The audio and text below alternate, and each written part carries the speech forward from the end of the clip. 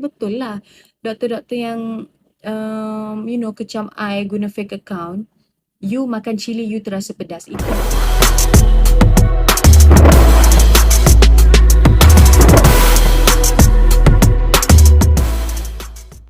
Macam-macam ragam dan kerenah pesakit yang dapat dilihat atas sebab dan alasan masing-masing, begitulah yang dihadapi petugas perubatan saban hari.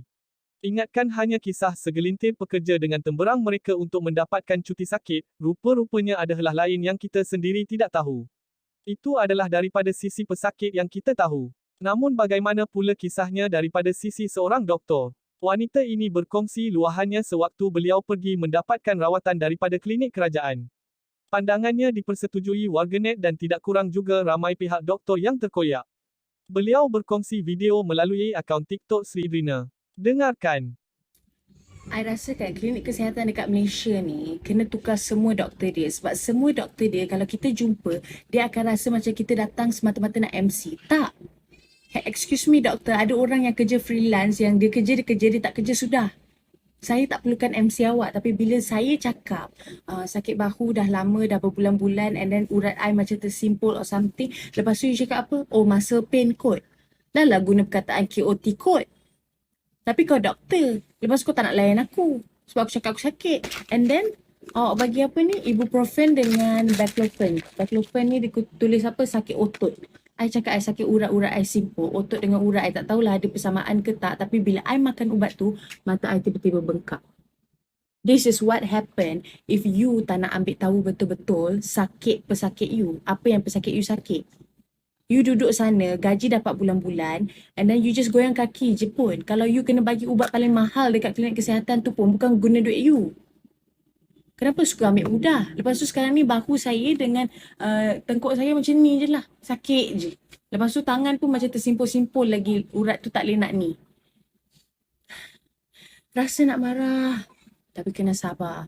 Sebab apa nanti dia akan cakap apa? Kenapa tak pergi klinik swasta? Saya dah pergi klinik swasta. Dia bagi painkiller yang lebih mahal. Itu je. So saya ingatkan bila saya pergi klinik kerajaan, dia akan refer to specialist atau dia akan check betul-betul. Faham tak?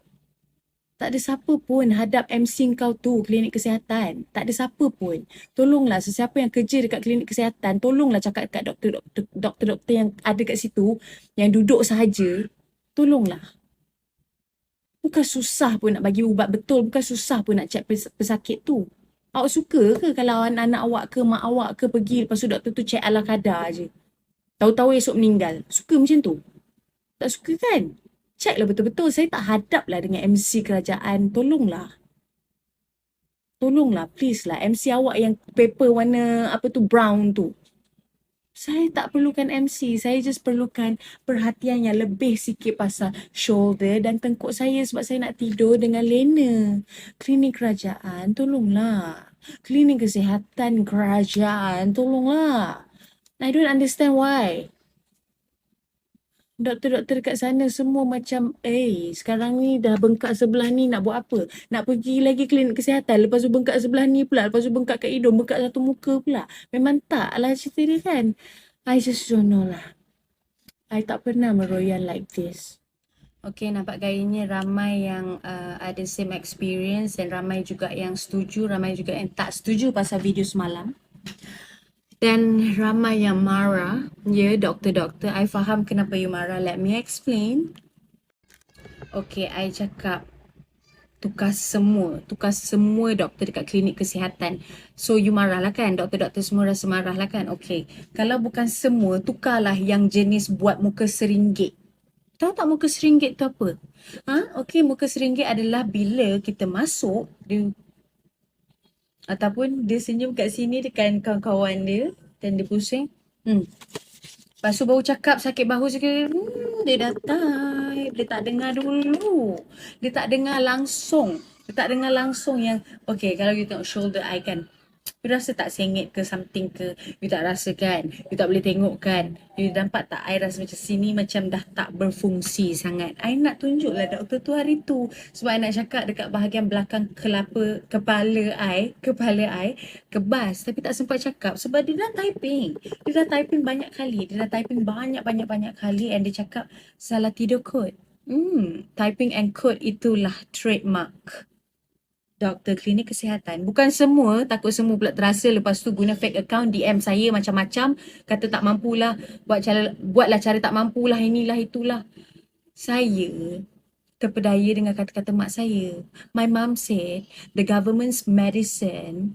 medicine from government's clinic is better. Tapi I tertipu sebab bila I pergi, I sakit bahu. And then bila I balik, I sakit bahu dan sakit hati. Kan? So, mak I tipu I. Okay. Lepas tu, ada doktor yang stage video I siap tulis lah nak cakap apa. Ada doktor yang stage video I dan cakap kenapa I tak give same energy to marah lah klinik swasta kan. You know why? Walaupun diorang bagi ubat yang tak kena dengan I. You know why?